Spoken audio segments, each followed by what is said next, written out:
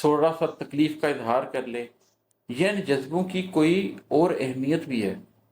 جس شعر کا مطلع ہے وہی ایکچولی اس غزل کی جان ہے، وہ آپ کو میں سناتا ہوں۔ وہ ہے کہ اداس رات مجھے کچھ بتانے آئی ہے، اداس رات مجھے کچھ بتانے آئی ہے، میرے وجود کو پھر سے جگانے آئی ہے۔ یہ جو آگے میں نے جتنے بھی اشعار آپ کے سامنے پڑھے ہیں کہ کسی کی یاد مجھے دوبارہ سے آزمانے آئی ہے، یا کوئی چوٹ میرے دل کو دوبارہ دکھانے آئی ہے، یا کسی کی چاہ کے جنگل میں کوئی اداسیوں کے پرندے دکھانے کے لیے آئی ہے، یا کوئی سوچ ابری ہے اور کرینہ دل ہی ڈوب جانے کے لیے آئی ہے۔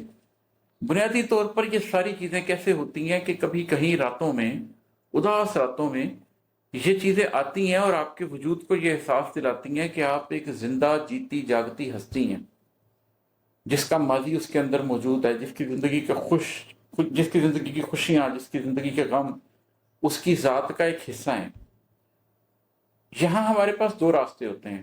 ایک راستہ یہ ہوتا ہے کہ ہم ایک جذباتی انسان بن جائیں، اور جذباتی انسان بننے کے بعد ان چیزوں کے اوپر روئیں دھوئیں یا صبر کر لیں یا برداشت کر لیں، لیکن اس کو جذبے کی حد تک ہی رکھیں۔ یا اگر ہم ایک عقلی انسان ہیں تو اس چیز کے بارے میں سوچیں، اس تکلیف کو محسوس کریں، لیکن اس کو سوچ کی حد تک ہی رکھیں۔ لیکن ایک دوسرا راستہ یہ ہے کہ آپ اس چیز کو محسوس کریں کہ آپ ایک روحانی انسان بھی ہیں۔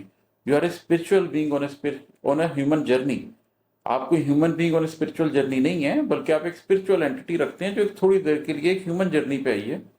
اور پھر اس چیز کا احساس کریں کہ یہ اتنے غم، اتنی تکلیفیں، اتنا درد اللہ نے جس انسان کے اندر پیدا کیا ہے، تو یہ تو ایک تحریک دینے کے لیے ہے کہ آپ کو یہ احساس ہو